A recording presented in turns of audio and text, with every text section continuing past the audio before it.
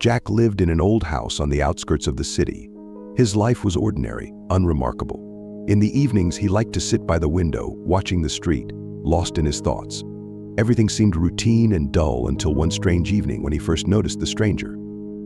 The stranger stood at the corner of his street, motionless and quiet, as if waiting for something. At first glance, there was nothing unusual about it. Perhaps it was just a passerby who got lost or was waiting for someone. But when Jack looked closer, an inexplicable unease gripped him. The stranger stood too still. His figure was unnaturally rigid, like a statue. The evening light from the street lamp fell on his face, but it remained hidden in shadow. Only one detail stood out: his eyes, which seemed like dark voids, staring directly at Jack. Jack instinctively averted his gaze, his heart beating faster. He closed the curtains, trying to calm down, convincing himself it was just his imagination. But when he looked out again a few minutes later, the stranger was still there, unmoving. Jack felt a chill run down his spine, but decided to ignore it and went to bed. The next morning, Jack forgot about the previous night's incident, but in the evening, when he approached the window again, the stranger was there, in the same spot, with the same lack of movement. And once again, his gaze was fixed directly on Jack's house. Now, it didn't seem like a mere coincidence. Jack felt that this man wasn't just there by accident. Over the next few days, the situation repeated itself again and again. Every evening, at the same time, the stranger stood at the corner. He never moved, never left before Jack closed the curtains and went to sleep. Jack tried to ignore it, convincing himself that it was just some prankster or a homeless man who found a quiet spot. But with each passing evening, the feeling of fear only grew. After a week, Jack decided to act. He could no longer bear the constant sensation of being watched. He picked up the phone, ready to call the police, but what would he say? That a stranger was just standing on the street? That wasn't a crime. He put the phone down and decided to go outside and deal with it himself. When Jack approached the spot where the stranger usually stood, he was already there. His eyes were still hidden in the shadows, but his gaze was once again directed straight at Jack. Jack stopped a few steps away and called out, "Hey, who are you? What do you want?" But there was no response. The stranger didn't make a sound, didn't move an inch. Jack took a step closer, but something inside him made him stop. Fear began to rise from the depths of his mind, paralyzing his actions.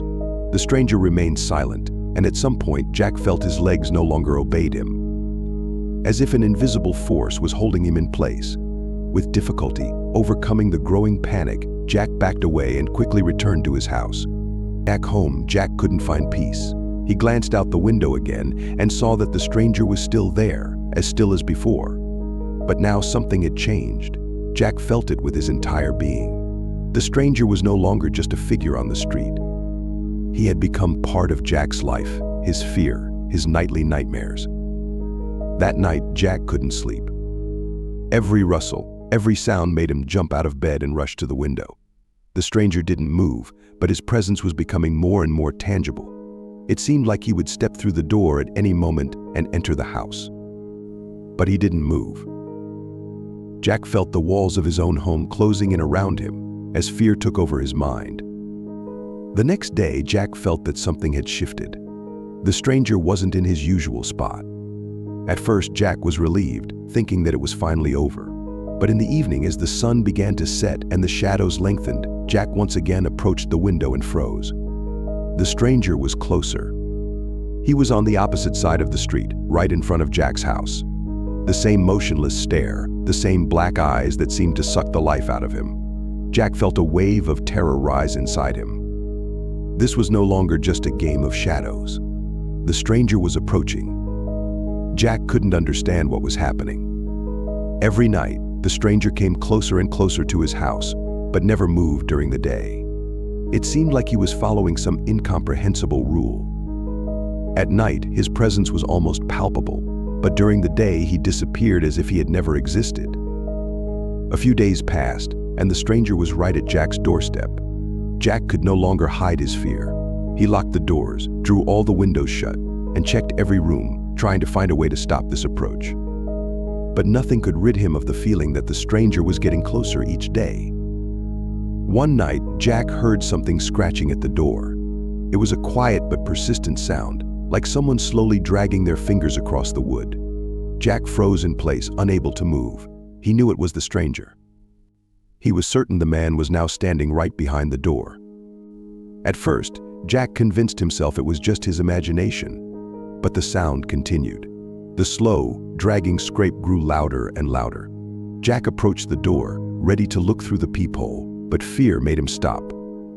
He didn't want to see what was there. He knew what he would see.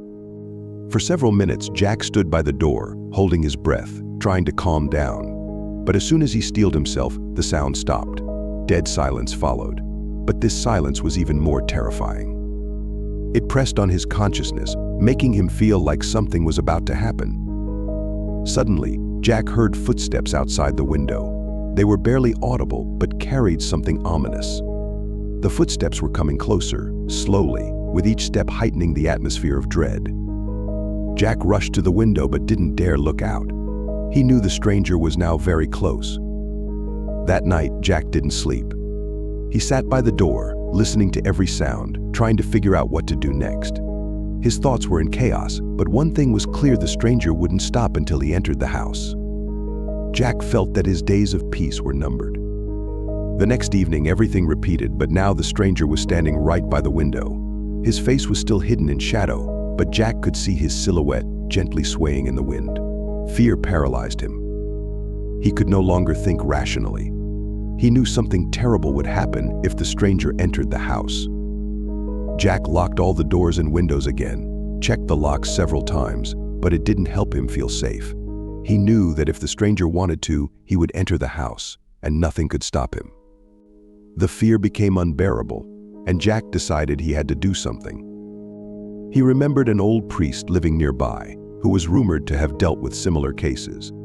Jack went to him and told his story, hoping for help. The priest listened carefully, but his face darkened. He said he had encountered something like this only once, and it didn't bode well. The priest advised Jack to leave the house and move away as soon as possible, but Jack couldn't. He felt that the stranger was watching him, not just here. He was sure that even if he left, the stranger would still find him. Jack was trapped, and there was no way out. Returning home, Jack once again felt the presence. The stranger was by the window, but now his shadow was becoming more real. Jack could feel him drawing nearer, and then came the moment when Jack could no longer bear it. He decided to confront the stranger face to face. That night, when the footsteps sounded right by the door, Jack opened it. The stranger stood before him. His eyes, which once seemed like dark voids, now gleamed with a sinister light. Jack froze, unable to speak a word. The stranger slowly stepped forward, and Jack felt everything around him begin to darken. The room filled with cold, and time seemed to stop. Jack realized this was the end. The stranger had finally come for him. Everything around disappeared. Jack felt his consciousness slipping into darkness. He could no longer fight. The last thing he saw was the figure of the stranger, now standing right in front of him. His face was still hidden, but Jack understood that he had long ceased to be human. In the final moment before everything plunged into eternal darkness, Jack realized one thing. The stranger was part of himself. It was the fear he had been trying to hide all this time, and now that fear had consumed him completely. When Jack disappeared, the house remained empty. No one saw the stranger on the street anymore. But everyone who walked past the house felt a strange sense of unease, as if someone was watching them from the window. Jack's story became a legend. They say that if you stare at the house long enough, you can see a figure standing in the window, motionless like a statue, with eyes that seem to reach right into your soul.